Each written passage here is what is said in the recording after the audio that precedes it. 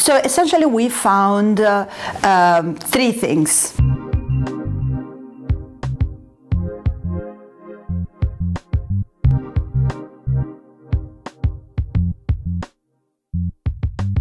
The first one is companies are becoming increasingly demanding in the type of skills that they want out of ideal C-suite executives. This is finding number one.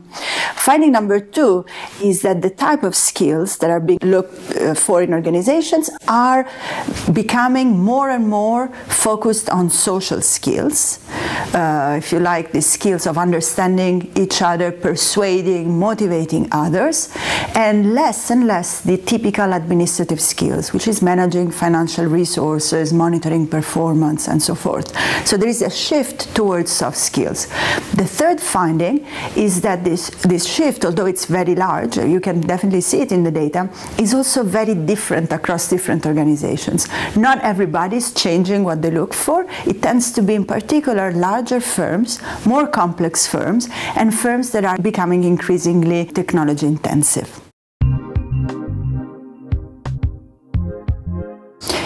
My sense is that experiments are important because they are a learning tool. If you are a manager, you have to make decisions all the time. This is your job. And if you don't have a systematic way of understanding what's working and what's not working, you're basically depriving yourself of useful information.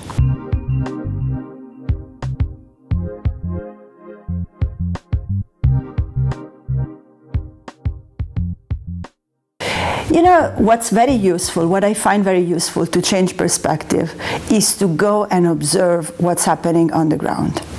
I find it very helpful, and that's a suggestion that I give to executives as well, which is don't live in the C-suite. You have to go down, sometimes even at the lowest level of the organization, to really understand what is going on. You're going to understand something about, your customers, maybe positive ways in which you're really good with your customers or your employees, but chances are you're also going to understand that what you thought was an optimal choice from your perspective actually has repercussions that may be quite negative for your customers and your employees. So it's very important to do this reality check. And the higher up you go in the organization, the harder it is to get this information, this reality coming through that. So you have to be proactive in getting it.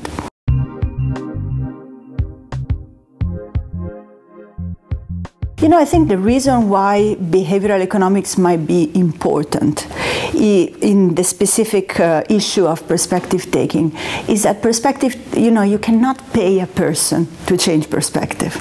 You cannot, this is not an area where you use an incentive and people will decide, I'm going to change my mind. You have to understand the psychology of people and you have to understand the barriers to changing your mindset.